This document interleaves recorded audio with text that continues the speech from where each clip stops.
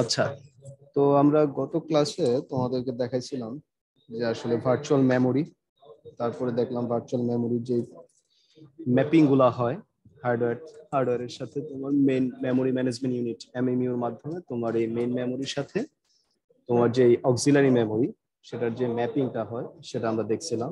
তো এরপর আরেকটা কথা বলছিলাম যে আসলে যদি কোনো একটা প্রোগ্রাম এক্সিকিউশন করার সময় দেখা গেল সেটা তোমার আসলে মেইন মেমোরিতে নাই, মানে র্যাম রমে নাই, সেটা তখন সেটা কি করতে হয়, আমাদের অক্সিলারি মেমোরি থেকে সেটাকে রেফারেন্স করতে হয়।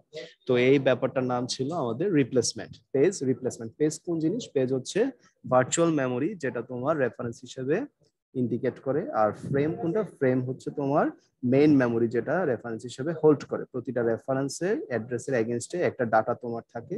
তার মানে প্রতিটা প্রোগ্রাম এক্সিকিউশনের সময় তোমার কি করে, কোন একটা রেফারেন্সের ডাটাকে কল করে এক্সিকিউট হওয়ার জন্য। তো হ্যাঁ, তোমরা কথা শুনতেছো তো? আমি বলতেছি যে আচ্ছা, তো আমাদের আজকের টপিকটা হচ্ছে তোমার ভার্চুয়াল মেমোরিতে পেজ রিপ্লেসমেন্ট। তো পেজ রিপ্লেসমেন্ট ব্যাপারটা কি আসলে, কখন হয়? তো আমরা তো দেখছি টোটাল ব্যাপারটা আসলে ভার্চুয়াল মেমোরিটা কি হার্ডওয়্যার আর সফটওয়্যারের একটা কম্বিনেশনের টেকনিক। মানে হচ্ছে হার্ডওয়্যারের মাধ্যমে কি হয় আসলে, যে মেমোরি ম্যানেজমেন্ট ইউনিট যেটা, সেটা কিন্তু একটা হার্ডওয়্যার কম্পোনেন্ট।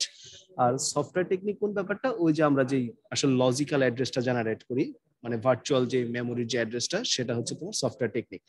তো এখন আসলে এই পেজ রিপ্লেসমেন্টের ভিতরে কি কি হয় আসলে, ব্যাপারগুলো হচ্ছে যখন একটা রেফারেন্স যখন তোমার মেইন মেমোরিতে নাই, সেটা যখন অক্সিলারি মেমোরি থেকে ওই পেজটাকে তোমার মেইন মেমোরিতে লোড করতে হবে, এটা গেল একটা ব্যাপার। আরেকটা হইতে পারে যে আমার এখন মেইন মেমোরিটা ফুল, মানে এখন ধরো মেইন মেমোরি তো আমরা দেখছিলাম সাইজের ব্যাপারটা, যে প্রতিবার হয়তো সে 4টা ফ্রেম হোল্ড করতেছিল, আমাদের এক্সাম্পলে দেখছিলাম। তো এমন যদি হয় যে দেখা গেল আমাদের এখন মেইন মেমোরি ফুল, তো এখন কথা হচ্ছে আমরা এখান থেকে যে কোনো একটা পেজকে আমরা রিপ্লেস করে দিব, সরাই দিব, এর বদলে অন্য আরেকটা নতুন পেজ আসবে। এটা একটা ব্যাপার।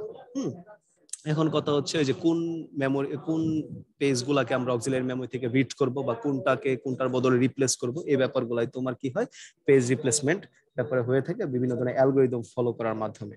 হ্যাঁ, তো এখন যখন যে কোনো একটা প্রোগ্রাম নর্মালি যখন আমাদের স্টার্ট হয়, হ্যাঁ, সে কি করে মেইন মেমোরি থেকে তার এক্সিকিউশনটা শুরু করে।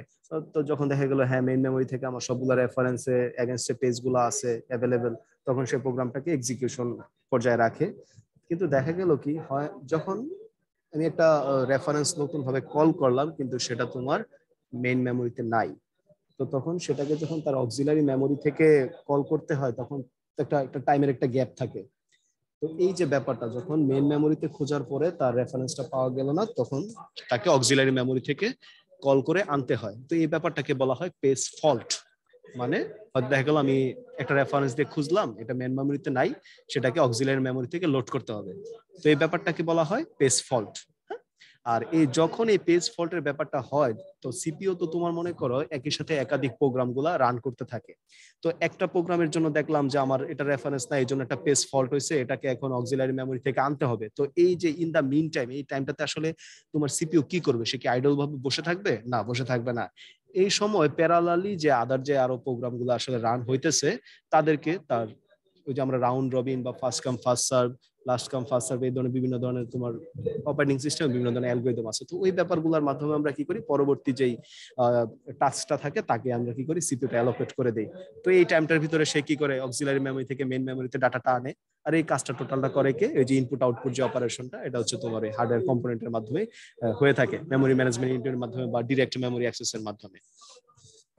তো এখন যখন দেখা গেছে আসলে এই পেজ ফল্ট গুলা হয়, তখন আসলে কি হয়, এটা আসলে সিগনিফাই করে যে কোন পেজটা রেফারেন্স করতে চাচ্ছে, মানে হচ্ছে কোন পেজের রেফারেন্সটা আসলে তোমার কি নাই, মেইন মেমোরিতে নাই আসলে।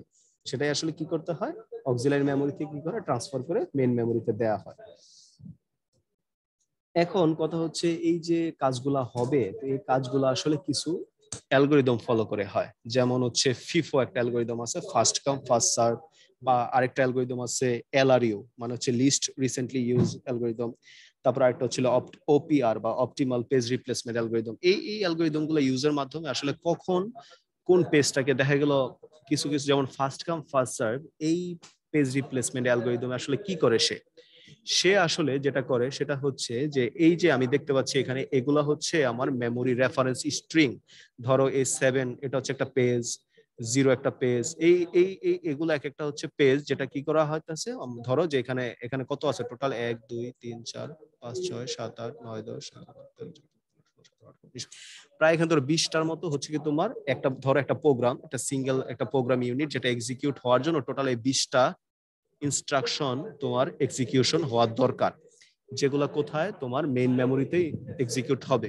কিন্তু দেখো প্রথম অবস্থায় এটা হচ্ছে আমার মেইন মেমোরি, হ্যাঁ এই যে ফ্রেম, তো ফ্রেম দেখো প্রথম অবস্থায় ধরো সে সর্বোচ্চ আসলে দেখো নাম্বার অফ ফ্রেমস 3, মানে এট এ টাইম আমার যে মেইন মেমোরিটা সে সর্বোচ্চ 3টা ফ্রেমকে সে হোল্ড করতে পারবে, মানে এই 3টা ফ্রেমের এগেনস্টে সে যেই এক্সিকিউশন গুলা থাকবে বা অপারেশন গুলা থাকবে সেগুলো পারফর্ম করতে পারবে। তো প্রথম অবস্থায় তো আমার মেমোরি একদম খালি আছে, ধরলাম আমরা একদম খালি। তো ধরো আমার এই সিপিইউ কি করা লাগতেছে, এই একটা প্রোগ্রাম এক্সিকিউট করার জন্য 7 নাম্বার যে পেজটা সেটাকে কল করছে, সেটা বর্তমানে কি ছিল না আমার মেইন মেমোরিতে। তো তখন কি করলো, এই মেইন মেমোরিতে এসে 7 নাম্বার এক্সিকিউশনটা হচ্ছে, তার পরবর্তীতে 0 নাম্বার এক্সিকিউশনটা হচ্ছে, তারপরে 1 নাম্বার এক্সিকিউশনটা এখানে স্টোর করলো। করার পরে দেখা গেল যে এই 701 এই 3টা এক্সিকিউশন শেষ, কিন্তু এখন আমার মেমোরিও ফুল। এমতো অবস্থায় আমার 2 নাম্বার পেজের একটা কাজ করা দরকার, কিন্তু আমার 2 নাম্বার পেজ কিন্তু এখন এই মেইন মেমোরিতে নাই। তাহলে এখন কি হয়েছে এখানে, ব্যাপারটা কি হলো, এই ব্যাপারটাকে আমরা কি বলি বলতো, যেহেতু খোঁজার পরে এখানে মেইন মেমোরিতে পাওয়া যাচ্ছে না রেফারেন্সটাকে, পেজ ফল্ট। Page fault. তার মানে এখানে পেজ ফল্ট অকার হয়েছে। তো পেজ ফল্ট অকার হলে আমরা কি করব, তখন আমাদের এখানে পেজ রিপ্লেস করতে হবে। তো যেহেতু ফার্স্ট কাম ফার্স্ট সার্ভ মেথডে যদি আমরা পেজটাকে রিপ্লেস করি, তাহলে ফার্স্ট কাম ফার্স্ট সার্ভ মানে কি জানো, প্রথমে যে আসছে তাকে আগে সার্ভ করো। তো সার্ভ করা বলতে সর্বপ্রথম দেখো এখানে কিন্তু 7 চলে আসছিল, তার মানে কি এরপরে যতগুলো এক্সিকিউশনে 7 কিন্তু আর এখান থেকে নড়চড় করে নাই, মানে যে সবার আগে আসছিল আমি এখন কি করব, ধরে নিব তার এখন আর কোনো কাজ নাই, আমি তাকে আগে এখান থেকে রিপ্লেস করে দিব। তাকে সরায় আমি কাকে বসাই দিলাম, এখানে দেখো 2 বসাই দিছি। ব্যাপারটা বুঝতে পারছো, মানে ফার্স্ট কাম ফার্স্ট সার্ভ মানে কি যে সবার আগে আসছিল, মানে সে যে সবচেয়ে পুরাতন পুরাতন অপারেশন, আমি তাকে রিপ্লেস করে কি করলাম, আমি এখানে আবার নতুন যেই পেজ পেজ নাম্বার 2 তাকে এখানে বসাই দিলাম। তারপরে দেখো 0, এরপরে দেখো আরেকটা অপারেশন 0, কিন্তু 0 কিন্তু আমার অলরেডি মেমোরিতে আছে, তো এখন কি আমার পেজ ফল্ট হবে, হবে না। তো না হলে এরপরে দেখো আরেকবার কিন্তু আরেকটা নতুন অপারেশন আসছে, সেটা হচ্ছে 3, 3 কিন্তু এখন আমার এই ইয়েতে নাই, মানে এই মেইন মেমোরিতে 3 এখন নাই। তো এখন আমার এখন পরবর্তী পুরাতন পেজ কে আছে, পেজ 0 কিন্তু দেখো 0, তো এখন আমি কি করব, 0 কে রিপ্লেস করে দিব, 0 কে রিপ্লেস করে দেখো আমি কিন্তু 3 বসাই দিছি। তো এইভাবেই দেখবা প্রতিটা বার এভাবে যখন তোমার নতুন এক একটা করে পেজ আসতেছে যেটা আমার মেমোরিতে নাই, সেটা কি করতেছে, পুরাতন যে পেজটা আছে তাকে রিপ্লেস করে দিতেছে, মানে যে সর্বপ্রথম আসছিল তাকে আমি সরাই দিতেছি।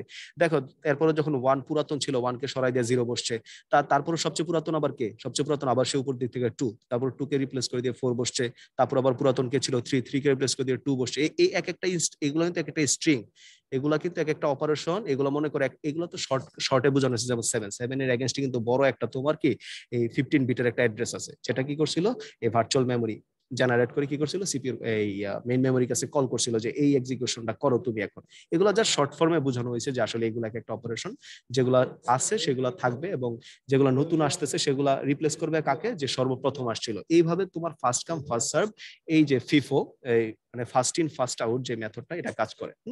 ফার্স্ট ইন ফার্স্ট আউট মানে যে সর্বপ্রথম এখানে ইন হয়েছিল সে সর্বপ্রথম এখান থেকে আউট হয়ে যাবে। এইভাবে ভার্চুয়াল মেমোরি কি করে, এই ফিফো অ্যালগোরিদমের মাধ্যমে এই পেজ ফল্টটাকে হ্যান্ডেল করে। কিন্তু এখন ব্যাপারটা দেখো যে আমার যখন এখানে প্রায় 20টার মতো ইনস্ট্রাকশন ছিল, তো এখানে প্রায় পেজ ফল্ট কতটা হয়ে গেছে দেখো, এগুলো কিন্তু এক একটা ফল্ট। যেমন প্রথম অবস্থা একদম খালি ছিল, নতুন আনতে হয়েছে, এটা নতুন আনতে হয়েছে, এটা নতুন আনতে হয়েছে, এখানে কিন্তু 3টা ফল্ট হয়েছে। তারপরে দেখুন আবার কিন্তু এই 2 ছিল না, একে সরাই দিয়ে আরেকটা ফল্ট হয়েছে, 4টা। এই 0 ছিল, এটাকে পেজ ফল্ট ধরবো না, 3 আবার নতুন আসছে, এটা একটা পেজ ফল্ট। এইভাবে যখন হিসাব করে দেখবা প্রায় 15টা পেজ ফল্ট হয়ে গেছে। 15টা পেজ ফল্ট হওয়ার মানে কি, 15 বার কিন্তু এই সিপিইউ কি করছে, তার এই অপারেশনটাকে সে কি করছিল, কিছুক্ষণের জন্য পজ করছিল, পজ করে কি করছিল, তার ইনপুট আউটপুট এই যে পেরিফেরাল তাদের কাছে এই ক্ষমতাটা দিয়ে দিছিল যে যাও তোমরা অক্সিলারি মেমোরি থেকে এই পেজগুলোকে নিয়ে আসো। তার মানে কি দেখো, এই যতবার তোমার পেজ ফল্ট অকার হবে, পেজ ফল্টের সংখ্যা যত বাড়বে, আমরা ওই যে হিট আর মিস রেশিও পড়ছিলাম না ক্যাশ মেমোরির ক্ষেত্রে, সেটা কি বাড়তেছে না? তো এই হিট আর মিস, এই যে মিস রেশিও যত বাড়বে তখন তত বোঝা যায় কি আমার এই ক্যাশ মেমোরি তত ইনএফিশিয়েন্ট কাজ করতেছে, মানে সে ভালোভাবে পারফর্ম করতে পারতেছে না। তার মানে যদি আমি ফিফো অ্যালগোরিদমটা ফলো করি, মানে ফার্স্ট ইন ফার্স্ট আউট এর অ্যালগোরিদমটা ফলো করি, তাহলে দেখা যাচ্ছে যে কি আমার আসলে এই যে পেজ ফল্টের সংখ্যা আসলে অনেক বেশি হইতেছে। তো এখন এমন কি কোনো প্রসিডিউর আনা যায় কিনা যে পেজ, আমাদের মেইন টার্গেট হচ্ছে পেজ ফল্টের সংখ্যাটা কমানো। হ্যাঁ, তো এখন দেখা যায় যে দেখি নেক্সট আর কোনো অ্যালগোরিদম আছে কিনা। তো নেক্সটে কোনো অ্যালগোরিদম আছে কিনা সেটা আমরা দেখি। এরপরে ধরেন আরেকটা অ্যালগোরিদম আছে, সেটা হচ্ছে এখানে এই ফিফো দিয়ে আরেকটা এক্সাম্পল দেখানো হয়েছে। দেখো এখানে আরো কয়েকটা, যেমন এখন দেখো এখানে যেটা করছে কি জানো, এই অ্যালগোরিদমে যেমন এটা তো পেজ ফ্রেম 3টায় রাখছে, কিন্তু এটা দেখো এইখানে আমাদের পেজের যে frame, number of frames main মেমোরিতে 4টা করছে এখন। হ্যাঁ, তো এই 4টা করার মানে কি, আমরা একটা ব্যাপার হয়তো তখন মনে মনে ভাবতে পারি যে আমাদের এখানে এখানে হোল্ডিং করার ক্ষমতা যদি আমরা বাড়ায় দিই আসলে, তাহলে তো আমার জন্য পেজ ফল্ট কমার কথা আসলে। এরকম আমাদের মনে হইতেই পারে যে হ্যাঁ এখানে যত বেশি হোল্ড থাকবে, কারণ এর আগে যখন 3টা করে বাকেট ছিল তখন কিন্তু আমাদেরকে বেশি বার এখান থেকে রিপ্লেস করা লাগতেছিল, কারণ এখানে 3টাকে চেঞ্জ করে আবার একটা সরাই দিতে। এখন আমি চিন্তা করি মনে মনে যে হ্যাঁ আমরা যদি এখানে বাকেটের সংখ্যা বাড়াই দিই বা এই যে মেইন মেমোরিতে ফ্রেমের সংখ্যা বাড়াই দিই, তাহলে হয়তো আমাদের পেজ ফলটা কমে আসতে পারে। কিন্তু বাস্তবে আসলে সেটা উল্টাটাই হয়, দেখা গেল কি তাও যে পেজে যে ফলটা সেটা আসলে কমে না।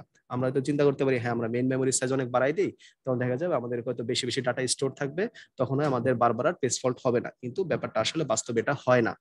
বাস্তবে এটা হয় না বলেই এই ধরনের যে আসলে প্রবলেমটা, অ্যানোমালিটা তৈরি হয়, সেটাকে আসলে বলা হয় বিলেডিস অ্যানোমালি। হ্যাঁ, তো তোমাদেরকে জিজ্ঞাসা করতে পারে বিলেডিস অ্যানোমালি আসলে ব্যাপারটা কি। ব্যাপারটা হচ্ছে এটাই, যখন আমরা ফিফো মানে ফার্স্ট ইন ফার্স্ট আউট এই অ্যালগরিদমের মাধ্যমে পেজ রিপ্লেসমেন্ট করি, তখন হয়তো আমরা ভাবতে পারি যে আমাদের যদি এই মেইন মেমোরিতে ফ্রেম সংখ্যা বাড়াই দিই তাহলে হয়তো পেজ ফল্টের সংখ্যা কমতে পারে, কিন্তু আসলে বাস্তবে সেটা হয় না। পেজ এই বাস্তবে ঠিক তার উল্টাটাই হয়, যেমন পেজ ফল্টের সংখ্যা বাড়তেই থাকে আসলে। তো এই সমস্যাগুলো সমাধানের জন্য আরেকটা তোমার অ্যালগোরিদম আনা হয়েছে, সেটা হচ্ছে ওপিআর বা অপটিমাল পেজ রিপ্লেসমেন্ট অ্যালগোরিদম। তো এটা আসলে কিভাবে কাজ করে দেখি। অপটিমাল পেজ রিপ্লেসমেন্ট অ্যালগোরিদমটা কিভাবে কাজ করে জানো, সে হচ্ছে চিন্তা করে নেয় যে আমার এই যে পেজ ধরো 7 যেটা বা পেজ 0, এটা আর ভবিষ্যতে কোন সময়ে আমার ইউজ হইতে পারে, মানে যদি ফ্রিকোয়েন্টলি ইউজ যদি না হয় তাহলে আমি তাকে আমার মেমোরিতে রাখবো না। তো যে জিনিসটা আমার ফ্রিকোয়েন্টলি ইউজ না হয় তাকে আমার মেমোরিতে না রাখলেই তো ভালো, সে জায়গা দখল করবে না। শুধু শুধু তারে যদি আনি, দেখা গেলো যদি সে বারবার ইউজ হয় তখন দেখা গেলো তাকে বারবার এখান থেকে রিপ্লেস করা লাগতেছে, আবার বারবার মেমোরিতে আনা লাগতেছে। কিন্তু অপটিমাল পেজ রিপ্লেসমেন্টের অ্যালগোরিদম যেটা, সেটা আসলে একটা হচ্ছে থিওরিটিক্যাল একটা চিন্তা ভাবনা, যে আসলে কারণ কোনো ভাবে তো আসলে পসিবল না যে ভবিষ্যতে আমার কোন ইনস্ট্রাকশন হবে সেটা আমি জানি না রাখবো আগে থেকে। তো এখানে তাও দেখানো হয়েছে, দেখো যে আসলে যে 7 যখন প্রথম অবস্থায় আসলো, প্রথম মেমোরিতে আসলো, 0 প্রথম আসলো, যখন বসলো 1 আসলো বসলো, কিন্তু এখন দেখো এরপরে চলে আসছে 2, এখন 2 তো নাই। এখন 2 যে বসবে, এখন কার পরিবর্তে বসবে 2? এখন দেখো অপটিমাল পেজ রিপ্লেসমেন্ট অ্যালগরিদম এইভাবে কাজ করে যে সে দেখবে যে ভবিষ্যতে আর 7 এই নাম্বারের যে পেজটা, এটা কি আর ইউজ হওয়ার কোনো পসিবিলিটি আছে কিনা। তো দেখো সামনের দিকে কিন্তু প্রায় অনেক অংশ জুড়ে কিন্তু 7 আসার সম্ভাবনা নাই। তো এই ডিসিশনটা সে নিয়ে কি করে, তখন সে 7 কে আসলে সরাই দিছে, এখান থেকে দিয়া সে 2 কে বসাই দিছে। ব্যাপারটা কি বুঝতে পারছো কিনা? ব্যাপারটা যদিও কি রিয়েল লাইফ আসলে কিন্তু পসিবল না যে আসলে কোনো অ্যালগরিদমের সাপেক্ষে এটা ভবিষ্যতে কি হতে পারে এটা জানা আসলে সম্ভব না, কিন্তু তারপরে এটা একটা কম্পারিজনের জন্য রাখা হয়েছে। যদি এরকম আমি ডেভেলপ করতে পারি যে ভবিষ্যতে এই পেজটা আর অ্যাক্সেস হবে না অনেক দীর্ঘ সময় ধরে, তখন আমি কি তার এখান থেকে সরাই দিতে পারি, তার শুধু শুধু মেমোরিতে বসে থেকে জায়গা দখল করার দরকার নেই। তখন কি করলো, 7 কে সরাই দিল। এরপরে দেখো 0 তো 0 আছে, কিন্তু 3 আবার নাই।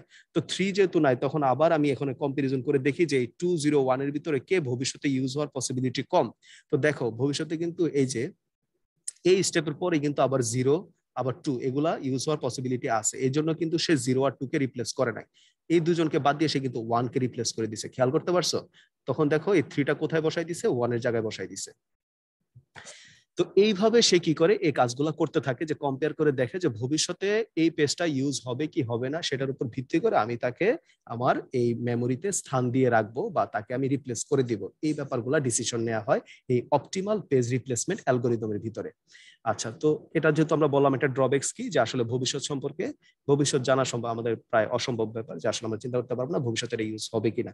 ব্যাপারগুলো কিছুটা দেখো, এখন কিন্তু এতগুলা অপারেশন থাকা সত্ত্বেও, সেম 20টা-21টা অপারেশন থাকা সত্ত্বে, আবার 3টা ফ্রেম থাকা সত্ত্বেও কিন্তু আমাদের সেই 15টা পেজ ফল্ট থেকে কিন্তু এখন কিন্তু পেজ ফল্ট ডিক্রিজ করে 9টা হয়ে গেছে। মানে আমি বুঝতেছি যে হ্যাঁ, এই অ্যালগরিদম যদি আমি ইমপ্লিমেন্ট করতে পারি তাহলে কিন্তু আমার পেজ ফল্টের সংখ্যাটা কমানো যাবে।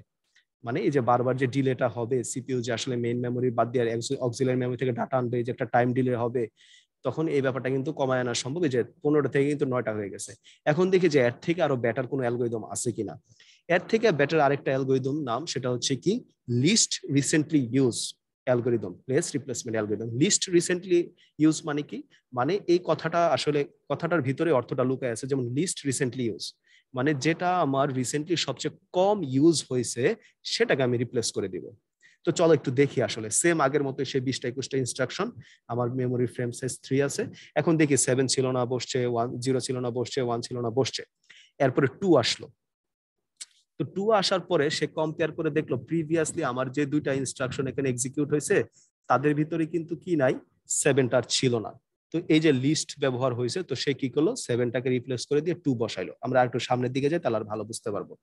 তো সামনের দিকে আবার যখন 0 আসলো, তো দেখা গেল 0 আবার ইউজ হয়েছে, তো 0কে আমি রিমুভ করতে পারবো না, 0 যেহেতু আছে অলরেডি। এখন দেখো 3 চলে আসছে।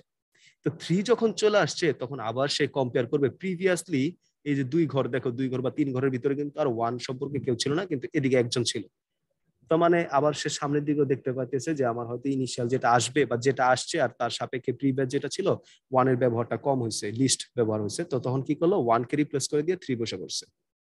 এভাবে যখন 0 আসলো, আবার 0 আমার আছে, মানে এই 0টা কিন্তু আবার ম্যাক্সিমাম ইউজ হইতেছে। 0কে কিন্তু আমরা রিমুভ করতেছি না, এই কারণে 0 দেখো পরপর 1 2 3বার ইউজ হয়ে গেছে, এর জন্য 0 মেমোরিতে আছে। এখন 4 আসছে, তো 4 এর বদলে আমি এখন কারে সরাবো।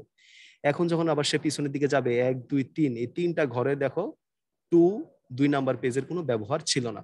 তো তখন সে গেস করে নিল যে হ্যাঁ, আমি যদি এখন 2 আমার একটা লিস্ট ইউজেবল এলিমেন্ট, এটাকে আমি সরাই দিই, তাহলে সেখানে কি করলো, 2কে সরাই দিয়ে 4কে রিপ্লেস করে দিছে। দেন আবারও 2 চলে আসছে। তো 2কে যে এখন বসাবে, এখন কার বদলে বসাবে, দেখো প্রিভিয়াসলি আবার 2 ঘর খুঁজে দেখলো যে আসলে 3 ছিল না। এইভাবে সে আসলে কম্পেয়ার গুলা করে করে যার কম ব্যবহার হইতেছে তাকে সে কি করতেছে, এখান থেকে সরাই দিতেছে। সরাই দিয়ে সে যে নতুন যে পেজ আসতেছে তাকে বসাই দিতেছে।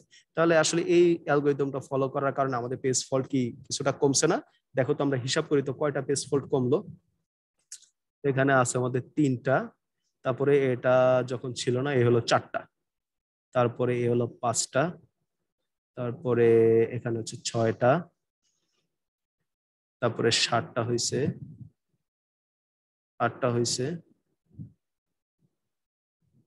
তারপরে 9টা হয়েছে।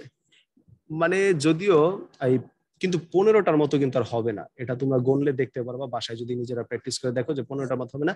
তো আমরা যেটা মাঝখানে যেটা একদম মাত্র 9টা হয়েছিল, সেটা কিন্তু বলছিলাম যে আসলে আমরা সেটা অনুমান করে নিলাম যে আসলে এরকম হইতে পারে। কিন্তু এই যে ভবিষ্যতে কি আসবে আমার ফিউচারে, মানে কিন্তু প্রিভিয়াস ইনপুট গুলো আমার জানা সম্ভব যে হ্যাঁ আমার মেমোরিতে প্রিভিয়াসলি কে কে আছে বা কে কে আছে, এটা আমার জানা সম্ভব। কিন্তু ভবিষ্যতে কোন পেজটাকে সিপিইউ কল করবে সেটা কিন্তু আমার পক্ষে জানা সম্ভব না। তো সেই ক্ষেত্রে এটা জাস্ট থিওরিক্যাল একটা চিন্তা ভাবনা, অ্যাজাম্পশন। এটা জাস্ট কম্পেয়ার করার জন্য রাখা হয়েছে যে অপটিমাল পেজ ওপিআর যদি আমি অ্যালগরিদমকে যদি আমি এস্টাবলিশ করতে পারি, তাহলে হয়তো আমার এইভাবে এতটা ডিক্রিজ করবে পেজ ফল্ট। তো ওই আমার ফিফোতে কিন্তু অনেক বেশি পেজ রিপ্লেসমেন্ট হইতেছিল, অনেক পেজ ফল্ট হইতেছিল, সেটা সাপেক্ষে অপটিমালে তো অনেক কমছে। কিন্তু দুইটার ভিতরে আমার ট্রেড অফ করতে পারতেছে কে, সেটা হচ্ছে এলআরইউ বা লিস্ট রিপ্লেসমেন্ট অফ ইউনিট, যেটা least optimal least recently use যে অ্যালগরিদমটা সেটা। তো এটাই মেইনলি বেসিক্যালি আমাদের ইউজ করা হয় পেজ রিপ্লেসমেন্টের ক্ষেত্রে। তো পরীক্ষায় হয়তো তোমাদের এরকম জিজ্ঞাসা করতে পারে যে এই 3টা অ্যালগরিদমের ভিতরে হয়তো কোনটার এই বেশি ভালো, তুমি এটা কম্পেয়ার করে পরীক্ষার হলে দেখাইতে পারো। যেমন তুমি তখন এই ধরনের দিলে হয়তো দিল তোমার কিছু ইনস্ট্রাকশন দিয়ে দিবে, তখন হয়তো সেখান থেকে তোমার যদি যে CO1 লেভেলের কোশ্চেন হয় তখন বলবে হয়তো এগুলো ডিসঅ্যাডভান্টেজ বা অ্যাডভান্টেজটা কেমন এই অ্যালগরিদম গুলোর ভিতরে, সেগুলো হয়তো তোমাদেরকে আলোচনা করতে হতে পারে। বা তোমাদেরকে একটা ইনস্ট্রাকশন সেট দিয়ে দিবে, তখন হয়তো বলবে যে ফিফো এলআরইউ ওপিআর 3টার জন্যই করো, 3টার জন্য করে কম্পেয়ার করে দেখো যে আসলে দেখো এখানে যেমন এই এক্সাম্পলটার জন্য এখানে ফিফোতে পেজ রিপ্লেসমেন্ট ছিল 1টা 2টা 3টা 4টা 5টা, এখানে যেমন এলআরইউ তো হয়েছে মাত্র 4টা, কিন্তু আবার দেখো এখানে কিন্তু ওপিআর আবার হয়ে গেছে আরো বেশি। তো এইভাবে দেখা গেল কি ফিফো এলআরইউ আর ওপিআর এর ভিতরে এলআরইউ তে তোমার সবচেয়ে ভালো পেজ রিপ্লেসমেন্ট কাজটা করে। তো মেইনলি তোমাদের টপিকস আজকে মোটামুটি এটাই ছিল। তো নেক্সট ক্লাসে আমরা ওই পাইপলাইনিং সম্পর্কে পড়বো। আমাদের পরীক্ষায় আসার মতো টপিক যেটা সেটা পড়বো। আর এটাও কিন্তু পরীক্ষা আসার মতো একটা টপিকস, এই যে পেজ রিপ্লেসমেন্ট, এটা কিন্তু ভালো একটা ইম্পর্টেন্ট টপিকস। তোমরা বাসায় একবার নিজেরা নিজেরা এটা দেখবা। আর তোমাদের যেটা বললাম যে তোমাদের প্রেজেন্টেশনের টপিক সেটা দিয়ে দিব, তোমরা ওই হিসাবে তোমরা করে দিও টপিকস অনুসারে এই প্রেজেন্টেশন রেডি করো। যারা এখনো গ্রুপ করোনায় বাকি আছে তারা এখনো সময় আছে, করে ফেলো গ্রুপ। ওখানে মেবি 5 জন করে মেবি দিছি, মেবি ওই গ্রুপটা খেয়াল এক্সাক্ট মনে নাই। 4 জন করেছে। হ্যাঁ 5 জন, 4 জন করে। 4 জন, হ্যাঁ হ্যাঁ 4 জন মেবি, হ্যাঁ 4 জন করে দিচ্ছি যেহেতু, তো ওইটাও স্লাইডটা একটু বড় রাখো টপিকস গুলা। আমি তোমাদেরকে টপিকস দিয়ে দিব আজকে আজকে বা কালকের ভিতরে দিয়ে দিব টপিকস গুলা। স্যার ডেটটা কি অ্যানাউন্স করা হবে? অ্যানাউন্স করা হবে, হ্যাঁ। ধরে রাখো যে যেমন এর আগে নেটওয়ার্কিং ক্লাসে বলছিলা যে তোমরা ঈদের পরে হয়তো নিতে, এটা তোমরা নিজেরা নিজে রেডি করে ফেলো। এবং যেহেতু এটা ভিডিও তোমরা আপলোড করবে নিজেরাই, হ্যাঁ। আর যদি এরকম হয় যে দেখি গ্রুপ সংখ্যা কম, যদি আমরা একটা বা দুটা সেশনে নিতে পারি তখন হয়তো সরাসরি নিয়ে নিব। তবে তোমরা কাজগুলো করে স্লাইডগুলো রেডি করে ফেলো, হ্যাঁ। আচ্ছা স্যার। আর এখানে আমাকে গতকালকে একজন ফোন দিছিলাম, মেয়ে ফারজানা মিম, মেবি তুমি কি আসো এই জায়গায় এখন? স্যার ওর তো এখন এক্সাম। ও আচ্ছা, এক্সাম নেবে না। ও আমাকে ফোন দিছিল যে ডাটাবেজের ওই প্রজেক্ট নিয়ে, যে আসলে কি করবে। ওটা হচ্ছে মানে তোমাদের এখানে এরকম কেউ আসো কিনা, রেলওয়ে ম্যানেজমেন্ট এই ধরনের কোনো প্রজেক্ট কি করতেছো ডাটাবেজে? যদি না করো তাহলে সে আর কি ওটা জিজ্ঞাসা করতেছিল যে ওর ওটা সিলেক্ট করতে পারবে কিনা। এখন আমি তো আজকে তোমাদেরকে লিস্টটা দিছি, তোমরা ওই জায়গায় জমা দিয়ে দিও, কে কোন প্রজেক্ট নিয়েছো ওটা জমা দিয়ে দিও, তাহলে বুঝতে পারবো যে কারোর সাথে ক্ল্যাশ করে কিনা। এটা ছিল। আর তোমরা ইয়েটা করো, তোমরা একটু অ্যাটেন্ডেন্সটা দিয়ে দাও কমেন্ট সেকশন, চ্যাটে দিয়ে দাও।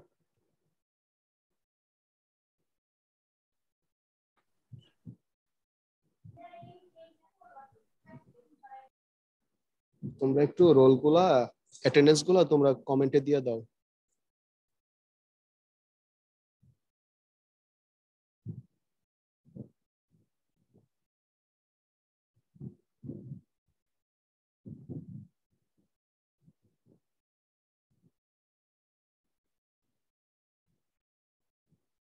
চোদ্দ জন আছে তো।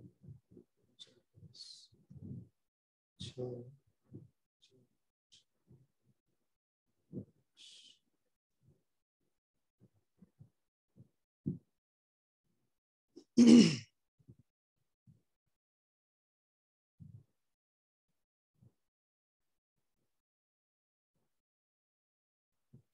আচ্ছা ঠিক আছে, 14 জনে দিয়ে ফেলছো।